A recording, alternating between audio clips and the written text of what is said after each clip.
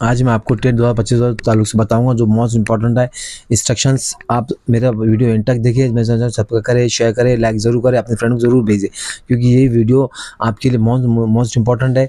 मैं एडवोकेट यार खान, मैं पूरा लीगली पॉइंट से आपको पूरा समझा दूंगा ताकि आप कोई तरह की मिस्टेक ना करें। ओके, सबसे पहले आप कोई भी नोटिफिकेशन देखते हो, आप टीचर बनने वाले हो, सबसे पहले आपने डेट चेक जरूर करना चाहिए कब की नोटिफिकेशन से। ये 25/4/2025 25/4/2025 की है एंड 25 अप्रैल की है, ये अभी की है। ओके, नेक्स्ट आता है फॉर्म की स्टार्ट डेट है मोस्ट इंपॉर्टेंट, 26/4 से शुरू हो चुकी है। लास्ट डेट का इंपॉर्टेंट याद रखिए 10 मई तक है। आप उससे पहले आप सारी डॉक्यूमेंट रेडी करना है, क्या डॉक्यूमेंट रेडी करना है सारी इंशाल्लाह मैं बता दूंगा आपको। मेरे आप वीडियो एंड तक देखिए। और वेबसाइट कौन सी है, IPPS.in है वेबसाइट, आप देख लीजिए। उसके बाद में आता है आपका जो प्रवेश कार्ड है, आई मीन एडमिट कार्ड आएगा, इन्होंने लिखा है 7 दिवस से पहले आएंगे। जैसे कि आपके एग्जाम फॉर एग्जाम्पल शेड्यूल में एग्जाम होगा डेट वाइज, 24 तारीख को एग्जाम है तो आपको उससे 7 दिन पहले आएगा, या 20 को आ सकते हैं, 18 को आ सकते हैं। ओके, अब ये कब तक एग्जाम शुरू रहेंगे, 5/6 तक यानी 5 जून तक एग्जाम शुरू रहेंगे। ओके, ये कि महीना बचा है आपके पास में, पढ़ाई अच्छी से कीजिए आप। अब आज इसकी फीस, ये सिलेबस है। ओके, सिलेबस होगा इंशाल्लाह बाद में आपके पास मिल ही जाएगा, आप पढ़ाई कर रहे होंगे तो। इसकी फीस जो है ना ओपन कैटेगरी की 950 है, और रिजर्व कैटेगरी के जो EWS वगैरह है या SC OBC वगैरह की 850 रुपये फीस है। फीस भी आपको बता देता हूँ मैं आपको।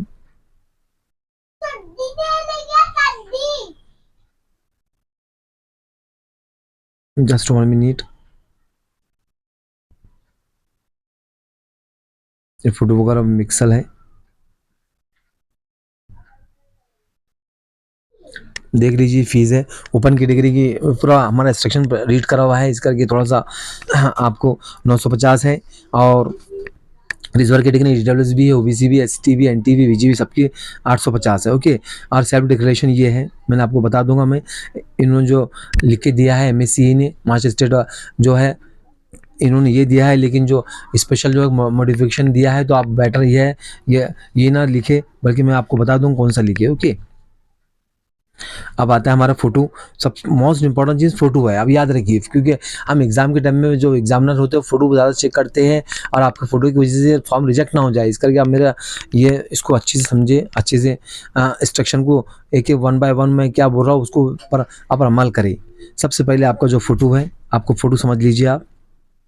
मैं 2 बेटियों की फोटो, ये अदीन है इसका नाम अदीन है। ओके, ओरिजिनल भी। और नेक्स्ट आता है हमारा, और ये रामीन है,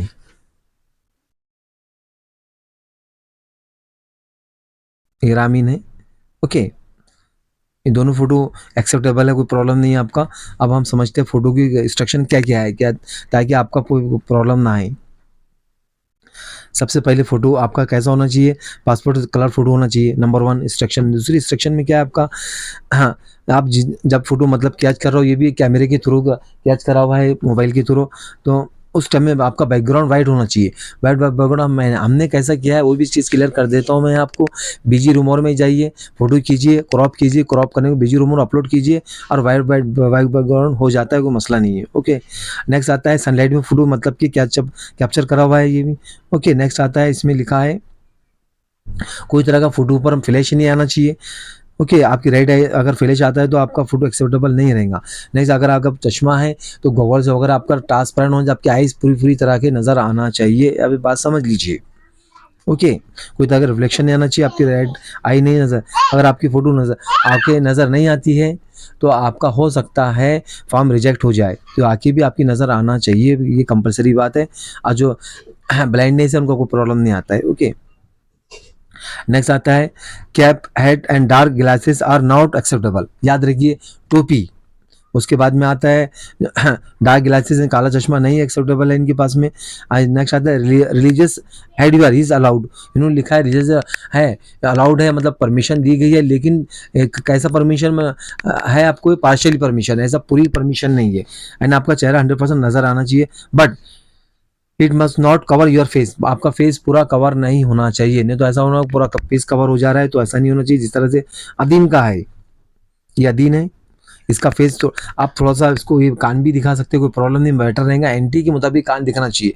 सबसे बेस्ट रामीन का फोटो है, रामीन का फोटो आप लगा सकते हैं। रामीन के जैसा रामीन का फोटो रिलैक्स मोड में है, इस तरह से आप फोटो अपलोड कर सकते हैं। और आप चाहते हैं स्कार्फ के अंदर तो आपका इस तरह से फोटो नजर आना चाहिए, पूरा 100% आपका फेस पूरा पूरा नजर आना चाहिए, रिलैक्स है। इसकी आंखें भी नजर आ रही है, सारी चीज नजर आ रही है, आप देख रहे हो। ओके, इसमें कोई प्रॉब्लम नहीं है। जिस तरह इंस्ट्रक्शन में लिखा है उस तरह से फोटो मैंने मतलब दोनों फोटो बनाने की कोशिश करा हूँ। ओके, बॉयज़ का तो कोई प्रॉब्लम नहीं है, गर्ल्स की थोड़ा सा चिंता रहती है। आप दोनों में कोई भी फोटो यूज़ कर सकते हैं, कोई प्रॉब्लम नहीं है। ओके, फोटो इंस्ट्रक्शन हो चुकी है हमारी, क्या क्या सारी चीज़ क्लियर हो चुकी है। ये तो कैप्चर होकर कैमरा है, इसमें लाइव फोटो भी है, तो भी आप इस तरह से फोटो ये देना अपने। आप सिग्नेचर याद रखिए, ब्लैक पेन से होना चाहिए। सिग्नेचर भी आपको बता देता हूँ मैं, इस ब्लैक पेन से वाइट पेज पर होना चाहिए। ओके, उसमें आप नेक्स्ट आता है हमारा हैंड रिटन डिक्लेरेशंस। मैंने हैंड रिटन डिक्लेरेशन लिख के दिया हुआ आपको मैं। थंब थंब भी आपका लेफ्ट होना चाहिए। ओके, देखिए ये कैप्चर फोटो आएगा, यहाँ पर आपका अपलोड फोटो आएगा, यहाँ सिग्नेचर वगैरह कट चुकी है। ओके, आपका लेफ्ट थंब होना चाहिए इस तरह जैसा नजर आ रहा है आपको व्हाइट पेज पर। डॉक्यूमेंट क्या रिक्वायर है आप देख सकते हैं, इंशाल्लाह मैं बता दूंगा आपको। अगर आवाज़ फास्ट हो तो स्लो मोड का ऑप्शन चूज कीजिए आप। डिक्लेरेशन बता देता हूँ। हाँ, अगर किसी को हमारे पास फॉर्म फिल करना है तो आप मेरे एड्रेस पर आ सकते हैं। मेरा जो एड्रेस है महानगर पालिका की बैक साइड है, in front of tehsil office के सामने है, जिससे पहले बनी थी वहाँ पर मेरा ऑफिस है। मैंने एडवोकेट लियार खान, मैं काउंसिल विद सोसाइटी कंसल्टेंट हूँ। किसी को एनजीओ फाउंडेशन वगैरह बनाना हम उससे रब्ता कायम कर सकते हैं। हम हमारी टीम फॉर्म भी फिल करके देती है। अगर किसी को गाइडलाइन वगैरह चाहिए तो इंशाल्लाह हम आपको यूट्यूब के जरिए दे रहे हैं। आप मेरे यूट्यूब चैनल को सब्सक्राइब करें, शेयर करें, लाइक जरूर करो। हमारे पास अगर जो आउट ऑफ स्टेट रहते हैं फॉर्म फिल करना चाहते हो, डॉक्यूमेंट सेंड कर सकते हैं, वो भी कोई प्रॉब्लम नहीं, इंशाल्लाह उनको भी इतनी गाइडलाइन की जाएंगे। नेक्स्ट आता है, एक चीज़ मैं आपको बता दूँ, और किसी को हमारे पास में राजपत्रों का नाम करेक्शन है, खासकर मैरिड वुमेन्स के लिए बता रहा हूँ मैं। मैरिड का अगर नाम करेक्शन वगैरह कुछ है तो गैजेट बना सकते हैं, राजपत्र बना सकते हैं, हमारे पास बनता है, तो आप वो भी उस शक्ल में भी आप मुझसे रब्ता कायम कर सकते हैं। क्योंकि मैसेज बनाना है तो उस शक्ल में भी रब्ता कायम कर सकते हैं। जो अकोला रहते हैं तो डायरेक्ट ऑफिस पर आ सकते हैं। ऑफिस एड्रेस बता चुका हूँ मैं आपको, और आप खुद भी बना सकते हैं। मैसेज कोई मसला नहीं, जो आउट ऑफ सिटी रहते हैं या हैंड एंड डिक्लेरेशन है, समझ लीजिए। इस तरह से लिखना है आपको। अभी मैंने कहाँ से लिया हूँ, इसमें से लिया हूँ। ओके,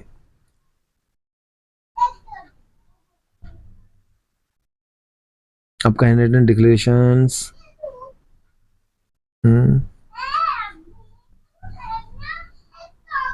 सॉरी,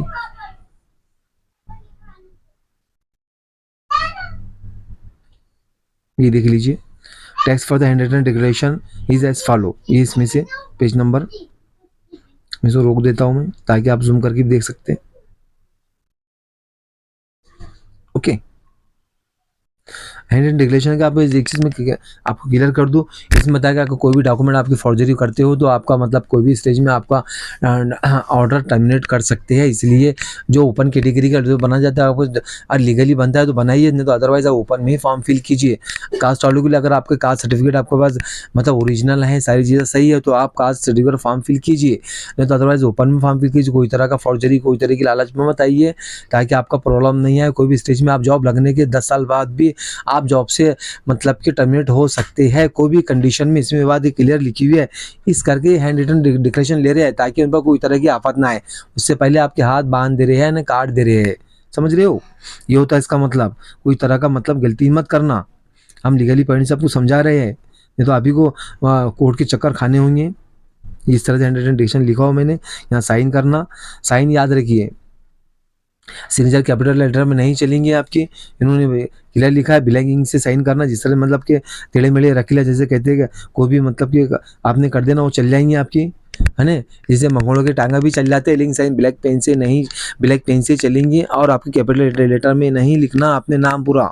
जिस तरह से ये साइन है रामीन की, रामीन छोटी है वैसे, मैंने आपको बता दिया हूँ। इस तरह से टेढ़े मेढ़े रखीला बना लेना आपने। ओके, कैपिटल लेटर नाम नहीं लिखना। अब नेक्स्ट आता है, किसी को मतलब फॉर्म फिल करना हो तो एक आपने पूरा चार्ट बनाना, फिर एचएससी पोस्ट ग्रेजुएशन जो भी आपका डीएड बीएड वगैरह तो इस तरह बनाना आपने। उसके बाद में आपका आपका पास रेट ऑफ पासिंग, जो कि रेट ऑफ पासिंग कहाँ लिखी रहती है, अगर 10वीं 12वीं की बोर्ड सर्टिफिकेट पर आती है और फाइनल की मार्कशीट पर आती है। ओके, समझ लीजिए परसेंटेज वगैरह जिनका CGPA है तो उनको कॉलेज से कांटेक्ट करना होगा और वो कन्वर्ट करना होगा। ओके, ये भी समझ लीजिए आप। ये सारी इंफॉर्मेशंस बता दे रहा हूँ और डॉक्यूमेंट रिक्वायर क्या है वो भी इंशाल्लाह इसी वीडियो में बता देता हूँ आपको मैं। देख लीजिए डॉक्यूमेंट्स। SSC की मार्कशीट अपलोड कोई भी डॉक्यूमेंट करने की जरूरत नहीं है सिवाय किस किस के आपके थम्स। नेक्स्ट आता है आपका सिग्नेचर ब्लैक पेन से, फोटो आपको बता दिया, दोनों में कोई फोटो एक्सेप्टेबल है, आपको जो फोटो है।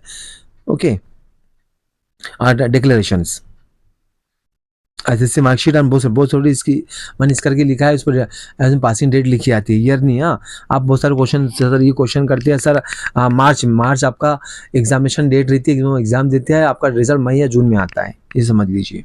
फिर बाद Aadhaar card, photo, black pen से sign, email ID, caste certificate, non caste certificate आपका बनाना बहुत ज़रूरी है, वैलिड होना बहुत ज़रूरी है। ओके, कास्ट वैलिडिटी ये जॉब के टाइम में भी दे सकते हैं। ओके, अभी ने वो तो बहुत अच्छे जो ओपन कैटेगरी से है जिनका मतलब कास्ट ईयर्स बनता है तो ज़रूर बनाइए, अदरवाइज आपका 8 लाख से इनकम कम है तो आप बनाइए, अगर ज़्यादा है आपके पेरेंट जॉब पर है, माँ या बाप दोनों भी, तो आप नहीं बना सकते। जिनके 8 लाख से ऊपर इनकम है वो मत बनाइए ताकि आपको इन फ्यूचर प्रॉब्लम नहीं आए। ओके, D.Ed की मार्कशीट, अगर आप D.Ed हो तो D.Ed की मार्कशीट, अगर आप B.Ed हो तो B.Ed की मार्कशीट, दोनों में से कोई एक। ओके, नेक्स्ट आता है अगर आपका ग्रेजुएशन है तो ग्रेजुएशन फाइनल की मार्कशीट, अगर आपका PG है तो PG की मार्कशीट, अगर आपका डबल PG हो तो डबल PG। ओके, नेक्स्ट आता है आपके पास में अगर ऐसा स्टूडेंट जो D.Ed है, TET पास है तो उसके TET की मार्कशीट, अगर B.Ed है TET पास है की मार्कशीट।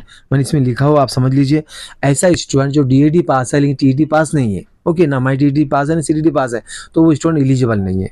ओके, वो सिर्फ फॉर्म फिल कर सकता है एज एक्सपीरियंस के लिए, लेकिन उसको पवित्र पोर्टल के टाइम में फॉर्म जब आएगा तो उस टाइम में वो नॉट एलिजिबल माना जाएगा, अभी एक्सपीरियंस के लिए फॉर्म भर सकता है। ओके, सिर्फ प्लेन D.Ed की बात कर रहा हूँ जो TET पास नहीं है, CTT पास नहीं है। ओके, ये बात क्लियर समझ लीजिए। अब दूसरा क्वेश्चन है सर हम D.Ed फाइनल ईयर में है, B.Ed फाइनल में हम फॉर्म फिल कर सकते हैं? बिल्कुल नहीं कर सकते हैं।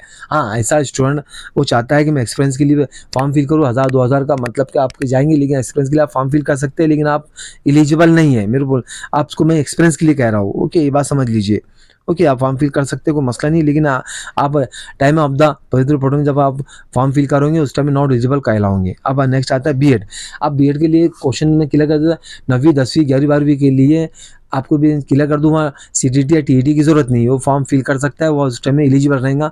अगर आप B.Ed है, फर्स्ट सेकंड पेपर पास है तो वेल एंड गुड, आप मतलब कि 5वीं से 7वीं तक के एलिजिबल हो जाओगे, वो फॉर्म फिल कर सकते हैं। हाँ, अगर B.Ed है लेकिन आपका पेपर दोनों भी पास नहीं है तो कोई मसला नहीं है, आप जब भी फॉर्म फिल कर सकते हैं।